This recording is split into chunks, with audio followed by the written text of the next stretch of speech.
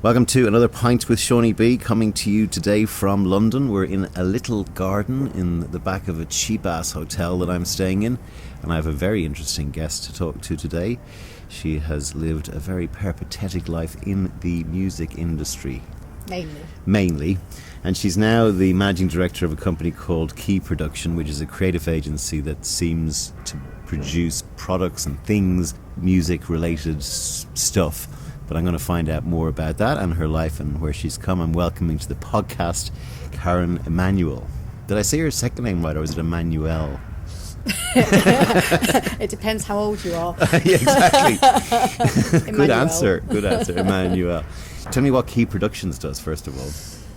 Okay, so Key Production essentially was set up in 1990 as an agency to manufacture music industry product. So starting simply, it was sort of CDs, vinyl, DVDs, and the print and packaging that goes with them. We're also a specialist in creative packaging. That's not just for the music industry, but it's for all different industries that need sort of high-end, bespoke creative packaging. Would you do like packaging for supermarket brands and stuff like that, or?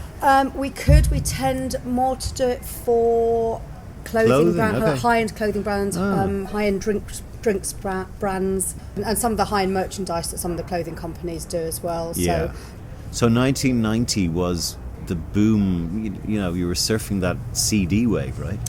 Certainly was. Things have changed an awful I know. lot. So I started sort of very much in vinyl, and then the CD wave came along, and not only in the 90s was the CD wave, but obviously it was the Britpop wave. I was young and having a very good time in the music industry. But then the other thing that happened is CDs came and went, and now vinyl is kind of never dies, right? It's never died, and it's come back fairly strong, although sometimes it's a bit of a misnomer as people saying, there's a huge explosion tiny, of it. Yeah. And I mean, don't get me wrong, there is a big one. Do you think vinyl will ever outsell CDs again?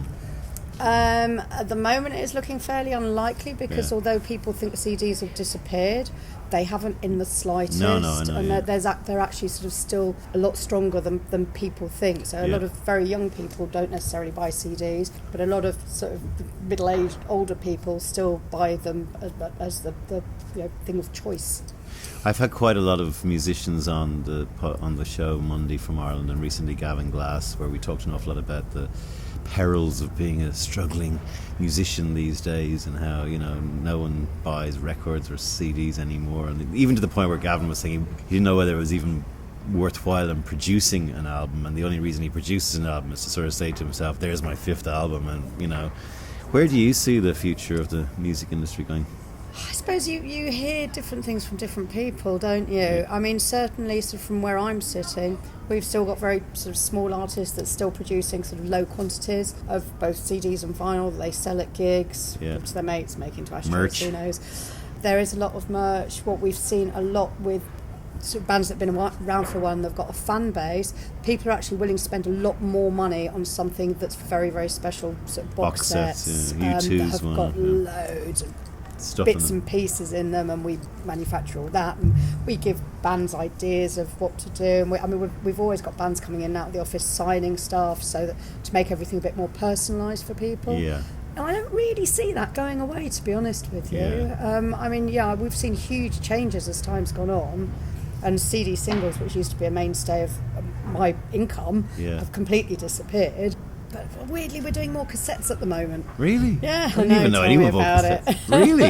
No, it's very strange. Like actual recorded cassettes, yes. And who are they playing them? Pocket. Who knows? Old ghetto blasters. But again, it's something when people want to go home from a gig and have a memento. They're relatively cheap to buy. They fit in your back pocket. Okay. And you've got a memento, and then you'll probably get a download code on it anyway. So if you want to listen to the music, you can just download it. Your business then is probably one that you set up, and you had to survive this major trauma, right? It's certainly been a up and down sort of helter-skelter. I mean, lots of your competitors, I'm sure, went to the wall. Or did enough. They? Not enough. Some have. A lot of factories have gone to the wall. So because we're an agency, so we're not actually a factory, but a lot of the factories have gone to the wall. it's definitely sort of got more difficult. There was a period of time I had to make redundancies of people that I knew and loved, yeah. which was horrible. But I've acquired companies as I've gone on to try to strengthen what we have and to get into other industries. Yeah, it's similar parallels with my business, the ad industry, which has kind of got frozen in the headlights with digital and thought that they were going to muddle through it, but really the whole thing is fragmenting still, and I think there'll be a lot more carnage to come. What's your are you from London? Yeah, born, bred, lived, died. I'm going to guess 70s, early 70s, late 70s. We're similar vintage, aren't we? Yes, I imagine so. You can tell I've been running a company since 1990. There's no hiding from it. But it was great. I mean, I absolutely love London. And whilst I'm very well travelled and I can kind of settle anywhere you put me almost, my heart's definitely sort of remains here.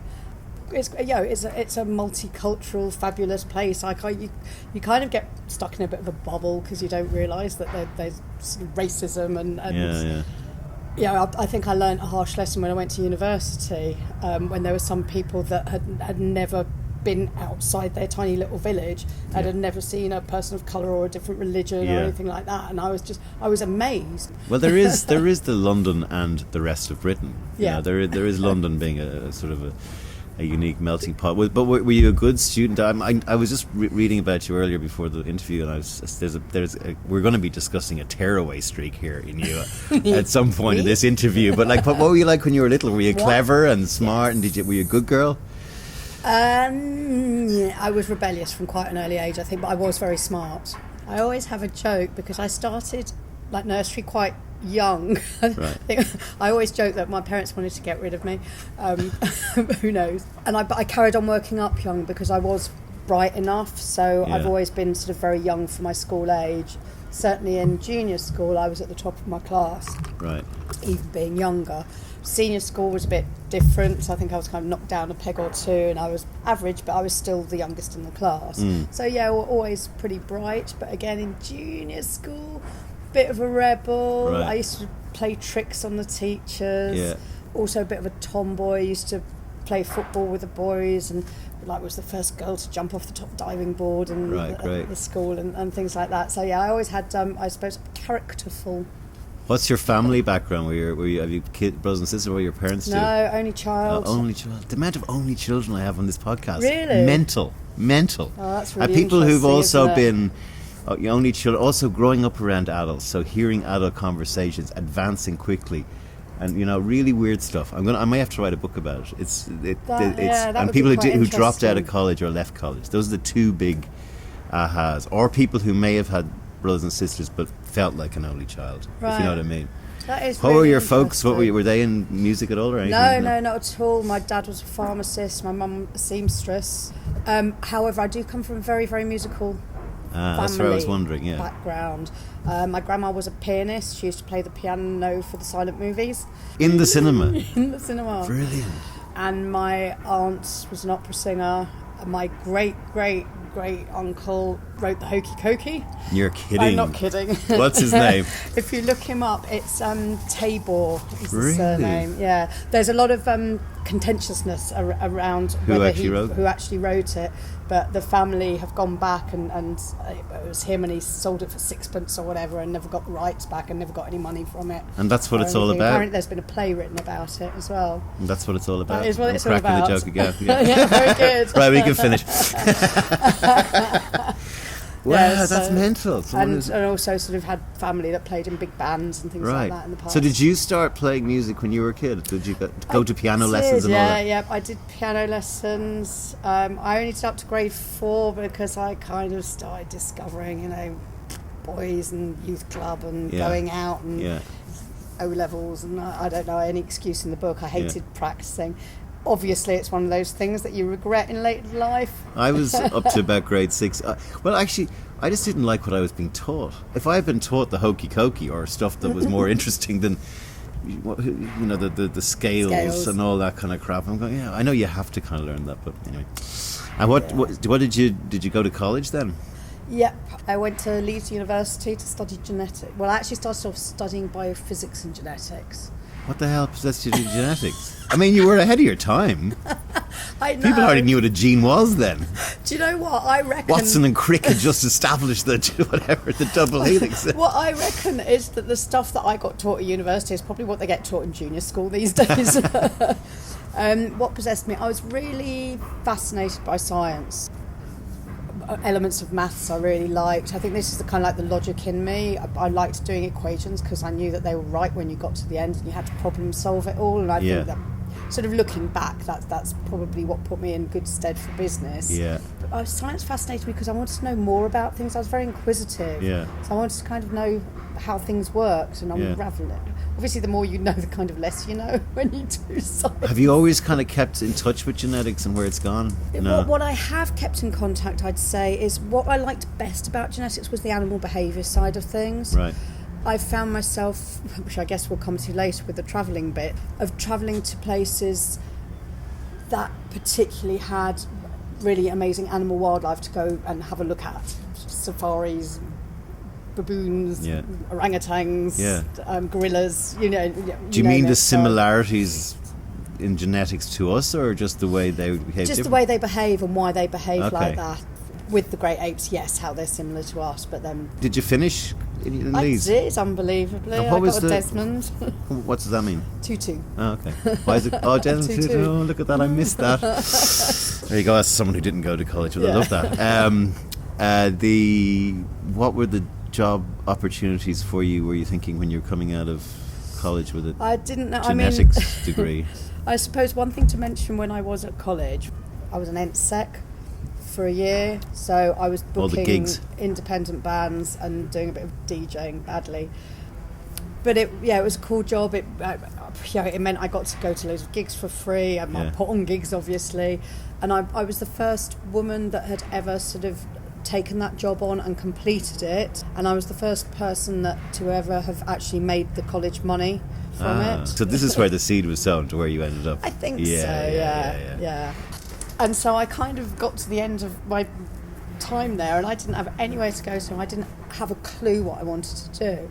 So I actually asked one of my professors if he knew anybody abroad that I could go and work with, sort of in a lab, basically doing genetics. And bless him, he came up with a few names. So I actually ended up working at the Hebrew University in Jerusalem. And I was in Israel for 10 months. But I soon realised that it was kind of being bent over a hot Petri dish. It just wasn't for me. I just couldn't get my head into it. So I sort of gave that up. And then I got a lot of part-time jobs just to keep me going. Saved up some money, stuck a backpack on my back and went travelling for probably another year or so after that. So you're aged about 19, 20 at this stage? Yeah. Right. No, 21 I think. Did you go around the world? No, just mainly Europe, Morocco, Spain, France. Picked grapes in France. That was the worst job I've ever had in my life.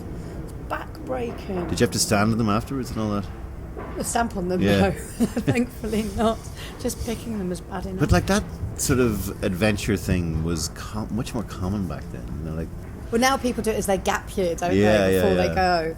Whereas my parents were kind of like, I'm doing it now. Yeah, good. So what I decided to do is I got working at 18, and I just said, well, if I fucking work here hard now, I may be able to get out by 50 and then do my backpacking with a few bob in my pocket. There you go. That's what I'm at.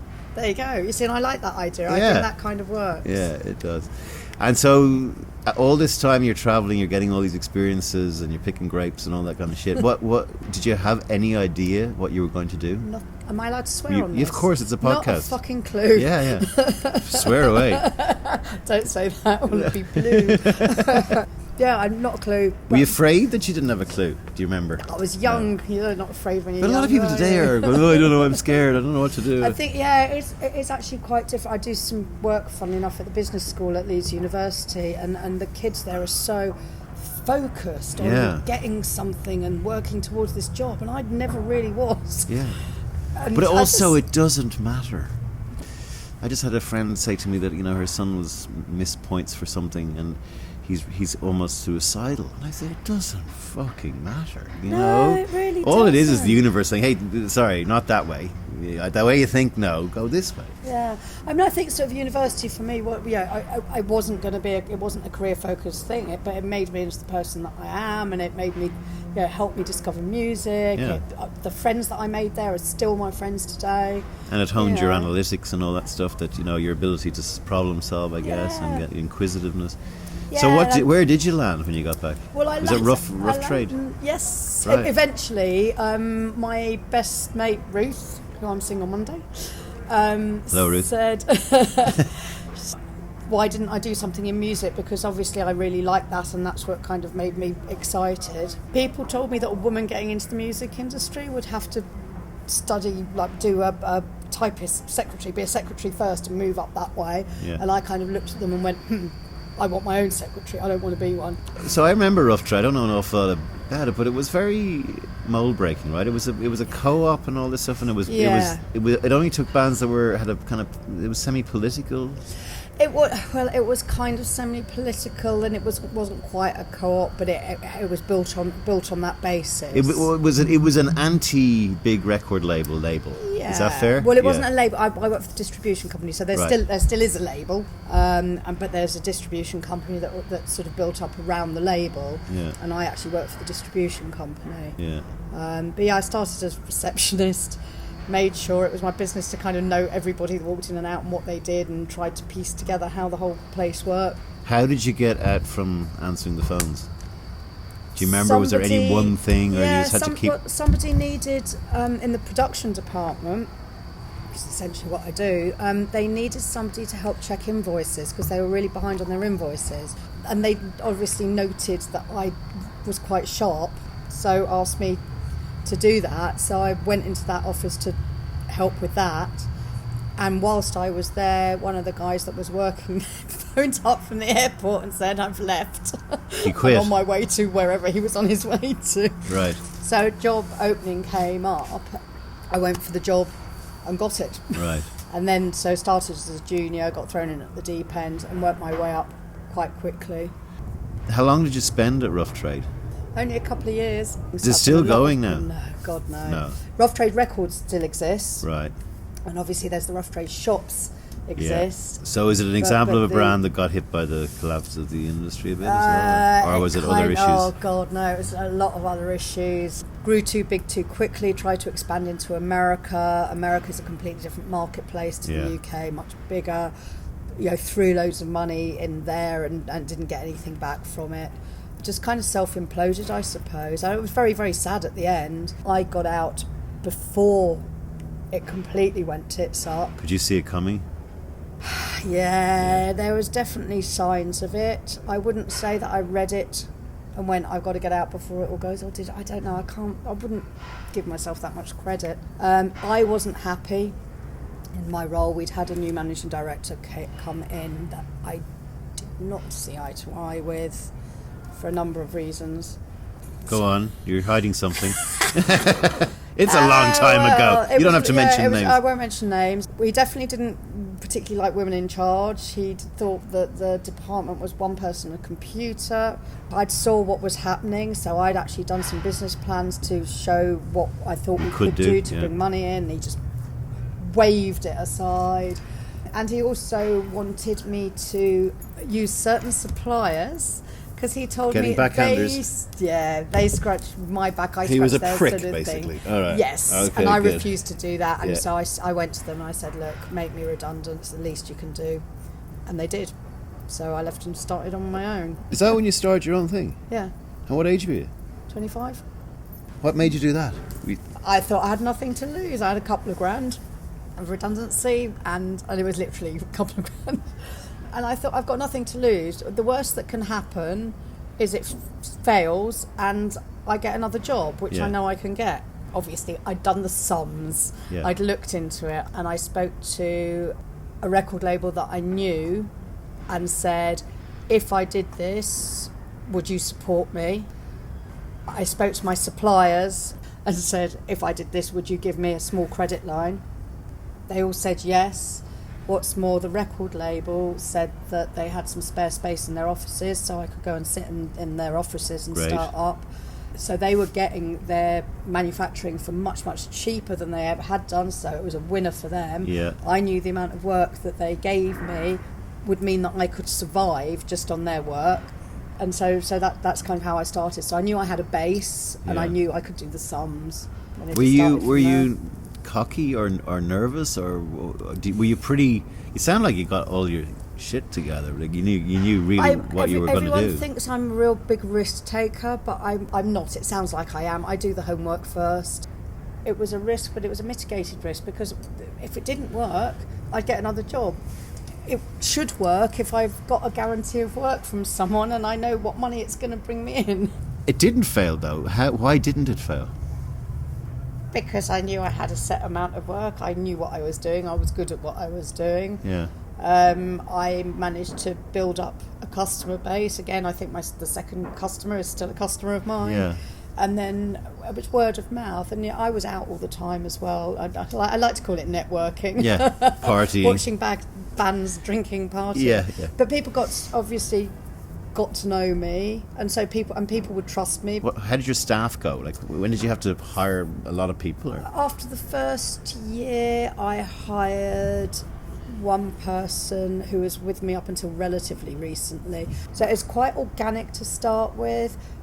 But then when I started buying other companies, you get a lot of staff in with that. Them, yeah. So that sort of then swells the numbers. So at 5 years, how big were you? Oh crap! I don't know, 8 maybe, right. 6 or 8. Okay. And then it's sort of it went up, and then it's gone down a bit. And I mean, we're about 50 now, so we're the biggest we've ever been now, which is quite bizarre in some ways. Yeah, it is. And what about just away from the job? What other bits and pieces have you? There's a Nicaraguan connection. Explain. I went on holiday to Nicaragua in 2006, maybe 2007. I was there 2 years ago. You for were not? Christmas. I bloody was. Where did you go? I was in San Juan del Sur, where I interviewed Julie Spear, who set up the school there. Then we went to see, my brain is not thinking Nicaragua. Granada, yeah. Did you go out to the islands there? No, we stayed in Granada in this lovely little Airbnb run by a French family, and it was on this lovely land, and outside is just all the mayhem, and I liked it. So is your hotel in San Juan del Sur? Nope, it's it's in Granada. It's actually off Granada. There's a huge lake. Yeah. And there's the isletas there. Yeah. So I went on holiday. This is very brief. Bought an island. Of course you do. Yes, you do. Built a sustainable hotel on it. It's called Jicaro, Jicaro. There'll be a link to this on the blurb of the podcast. I suppose roll back a bit. Becoming kind of successful in music industry, one of my passions has always been travelling. Right. And so once I was able to afford the time and the money, obviously, to be able to travel, that's what I do. So I try to travel at least 2 big holidays a year, once in the summer, once in the winter, and little breaks in between. It's kind of work-life balance, reap what you sow, and everything. Of course. Which a lot of bosses don't tend to do. Yeah. It gives you a much better view of things Absolutely. as well when you spend some time away. Yeah, so I did these big holidays, and there's some friends of mine, we always swap tales of where's good to go. And they said, you'll love Nicaragua, go over there, go visit this place. We met the family, we met the architect. There was an island for sale. I looked into it, I did some sums, I did some research. I came back a few months later. I went to South by Southwest Festival I go to in Austin quite a lot. Houston, direct link to Nicaragua. So went back, had another look, found people, chatted to people, bought the island. How big is the island? It's about the size of a football pitch. An acre? Whatever that is. Yeah, about an acre. So Nicaragua for me was like, I lived in Thailand for 3 years, and I said about Nicaragua, it feels like what Thailand was like in about 1970.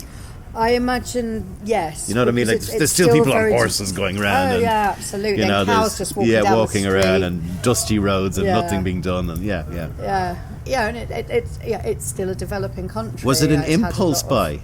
Because you don't do impulse buys. You said, yeah, look at the money and the... No, I did do some research. Yeah. There wasn't anything of the type there. The place in San Juan del Sur is a place called Morgan's Rock. They were obviously making a success of it.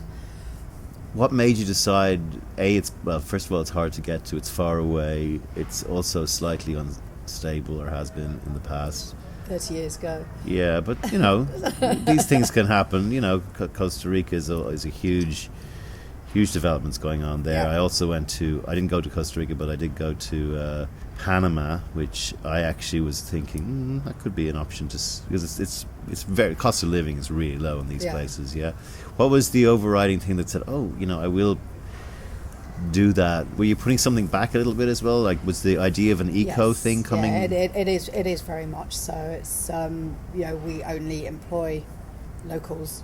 It was built just with local materials, by local people, although the architect and the project manager, both very bizarrely British. There's very few British people that have settled there, and I managed to find them, just coincidentally. So how long did it take to build it? Midlife crisis. Good an answer as any. Seemed like a good idea at the time. Had done the sums. Okay, so the risk here, the mitigated risk, was if I buy it and I build on it and it ends up in budget and what I like, the worst that can happen is I sell it for more than I've put into it. Yeah. So that was my mitigated risk there. I did actually think at the beginning that I would do it, keep it for a couple of years maybe, and then look to sell it on. But it's part of me now. So you have to go into the main airport, and it's a 2-hour. No, you get picked up at Managua. It's about 1 hour. Of course, Managua's a little bit outside. Yeah, okay. Yeah, it's about 1 hour to get to the port, and then 15-minute boat ride. Yeah, and we pick you up. We put you in a nice air-conditioned car. And is it 5-star or 4? I'd say 5. If you look on 5 for Nicaragua. Well, 5 for most. To be honest with you, 5 for most places. Okay. We're down as a 4-star. Right. But you get a star knocked off for things like we don't have disabled access because we're on a rocky island. Yeah. How many rooms are in it? 9 rooms. Okay. Swimming pool, bar, restaurant. We do packages that include everything, obviously, because apart from booze, that's extra. So it's just a complete switch off kind of thing. You do yoga and all that stuff. Yeah, yoga on the deck every day. I think when you speak to some people over there that have built, they don't. What really annoys me is people tend to, because it's quite a cheap country, they try to go cheaper and cheaper and cut corners and not do things right. Whereas I paid good wages, got good people, got good workmen, didn't cut corners and did everything as I was asked to do it. And you get a good result that way. And why treat people any differently when you're in a foreign country than you would in your own? You pay peanuts, you get monkeys. It's a very un-British attitude, I might add, Karen. But yes, I agree with you. At least you've learned something. You can open one in Ireland anytime.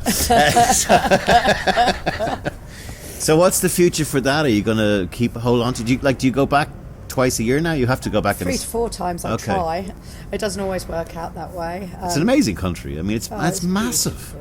It's beautiful. It's like just got forests going on forever, hasn't it? And also, and the beaches as well are just spectacular and great for surfing, and obviously, and the lake's absolutely massive, and and we run a lot of trips out as well, and the service is really great, and we put money into the locals. Well, not money. We built a fresh water system for the school, but it's not just the school, it's all the neighbouring community as well who've never had fresh water before. They had to have their water brought in big containers. So we've done that. We've brought electricity on there. We've started a health centre and getting people into the health centre. So we're doing a lot of work with the local communities. So, what do you think of the way, like, when you look at the world? Like, so you're working over in still a third world country. Where do you think we're going? Are you positive or negative? Fucked. Yeah, not to put too fine a point on it. Yeah. Obviously, Brexit, nightmare. Yeah. Trump, crazed nightmare. Yeah. Global warming, not helping. We're doing this interview on the day where Houston, which we just talked about, which is where she flew down to see Nicaragua, was underwater at the moment and people are dying. and everyone's still denying. I don't know whether all of these things though are coming together as a kind of a, it's almost like something is tapping its foot going, okay, right, okay, how about that, okay, that, okay, that, yeah. all right, Hello. that, okay, something like, we eventually go, okay, shit, we better do something about it. There may be the galvanization of humanity. I don't know, maybe I'm it's a lot different to, people are more aware, I think, than what they used to be. I mean, I was, and I'm not anymore, I hasten to add, vegetarian from when I was about 19 for about 19 years, going through pescatarian via pescatarian, vegetarian, vegan, yeah. and then back out the other side. Oh, so you're eating meat again, are you? Oh yeah. All right. but this was quite some time ago, and people thought I was crazy. I was alternative. It was a completely different lifestyle. You couldn't get anything vegan. Oh God, travelling as a vegetarian was really hard. Yeah. And now, at least that perception's changed a lot. But I think one of the things I think that in a short time, 100 or 200 years, I think future generations look back and go, we were fucking advanced, we were civilized, we knew shit, and yet we still treated animals. I mean, I think it's going to be the biggest stain. I mean, there's ethnic cleansing and genocides and stuff that happened with human beings, which we are ashamed about today. But there's also this thing where the thing that I'll probably eat tonight, or you'll eat, has probably had a terrible life. And we kind of blank it out. I'm very, very lucky. I am able to afford to. Yeah. And I do, we buy locally from small shops and we try to do it from farmers markets. So I actually do try to eat ethically as much as I can. Yeah. I don't ask the curry house across the road where they're nor can you. My view, I mean, girlfriends might have been vegetarian. I really support it, and I kind of feel a bit guilty, But I also feel that there needs to be ideas, creativity, and how to really meaningfully achieve it. Like, for example, if restaurants were only allowed to sell, meat 3 days a week, right? Yeah. Some weird thing like that. They'd have to then start working on, okay, you're only allowed to sell beef 3 days a week. And by the way, in 2015, it's going to be 2 days a week. And in 2015, and that will get creativity in food making and in chefs. And I think it has started slightly. I think there are a lot of chefs out there that wouldn't have before thought creatively about vegetarian food, and definitely are now. Again, very lucky. I go out to eat quite a lot. I know. And and I've definitely seen a shift and definitely seen a changeover. So that's quite good. How do I feel? I don't know. I mean, to be perfectly frank, I do. Sorry, all my friends that have got kids. I love your kids. Oh, you never had kids? I've never had Me kids. Me neither. Yay! It's hard to find someone. Best thing I never did. I've got quite a few friends that haven't, but I'm kind of glad, because I wouldn't want to bring them into what I see as such an unsecured future of a world, and definitely I feel that more than when I was younger. And there's more conflict. I agree with you. There seems to be more crazies around. I'm talking about political leaders, by the way.